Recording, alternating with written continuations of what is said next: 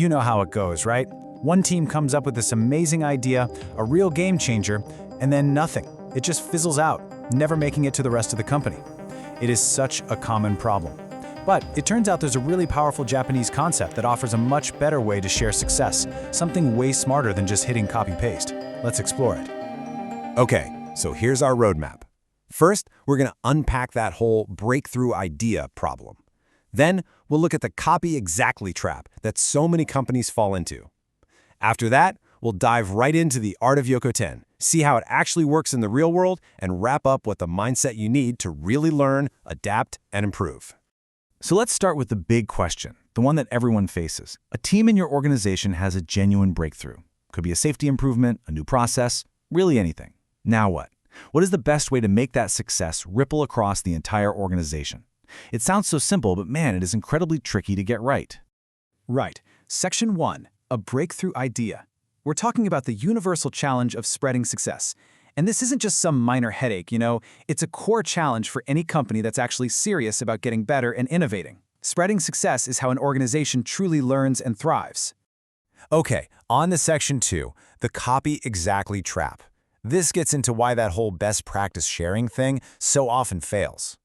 So, what's the typical corporate knee-jerk reaction to a breakthrough?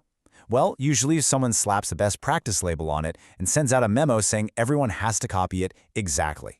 But as we're about to see, this whole approach is just deeply flawed.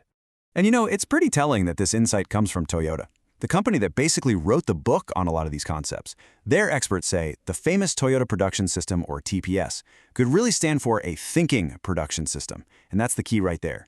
Copying isn't thinking, and it is definitely not learning. The copy exactly model, at the end of the day, it just backfires. It totally stifles creativity. It ignores the fact that every location is different. What works in Kentucky might be a disaster in Texas, and it leads to a culture of compliance, not real improvement. Instead of people being engaged, you just get them ticking boxes.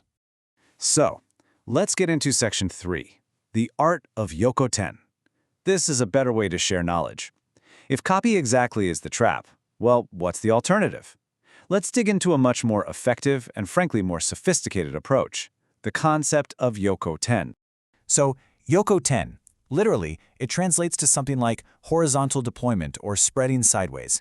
But its meaning in the world of management is so much deeper. It's all about sharing the learning from an improvement, a Kaizen, with your peers in other areas. It's about spreading knowledge from person to person, not from the top down. This quote just nails it. It perfectly captures the spirit of Yokoten. See, it's not a boss telling you what to do, it's a peer-to-peer thing.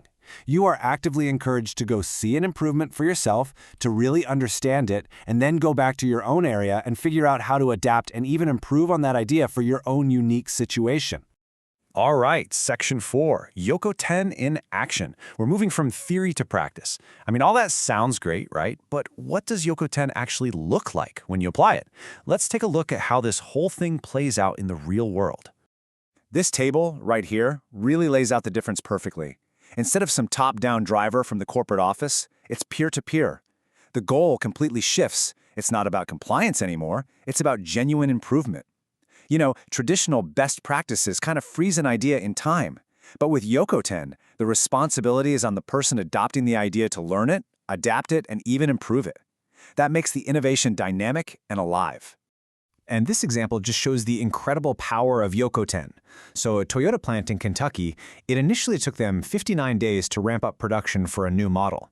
After learning from a plant in Japan, they slashed that time to just 15 days. That's incredible. But here's the magic. They didn't just keep it to themselves. They shared what they learned. A plant in California then took that knowledge and beat their time. Then a plant in Texas learned from both of them and raised the bar even higher. The idea didn't just spread, it got better and better each time. It evolved. Okay, let's wrap this up with Section 5, Learn, Adapt, Improve. Because, as you've probably figured out, Yokoten is way more than just a process. It's a fundamental mindset. It's really built on two huge pillars, a deep respect for people and a real commitment to continuous learning. So, the process is really active. It demands that you think. First, you go see. This is that famous principle of Genshi Genbutsu. Don't just read a report, you have to go to the source. Second, you have to deeply understand. You got to dig past the surface to find the real root causes. And finally, you adapt and improve. Take that knowledge back home and ask yourself, how can we make this even better for our specific situation? So here's the most crucial takeaway. Yokoten thrives on a culture of respect. It trusts that the person adopting an idea is smart enough to understand their own work and creative enough to actually improve on what they've just learned. It's not about forcing people to comply. It's about empowering everyone to be a part of this continuous collaborative improvement. And that really leaves us with a final thought, something to reflect on. In your own workplace, when a good idea pops up, is the goal just to copy it everywhere? Or are you creating a system where people can truly learn from each other, adapt ideas, and continuously push the boundaries of what's possible? So are you just sharing best practices, or are you truly practicing Yokoten?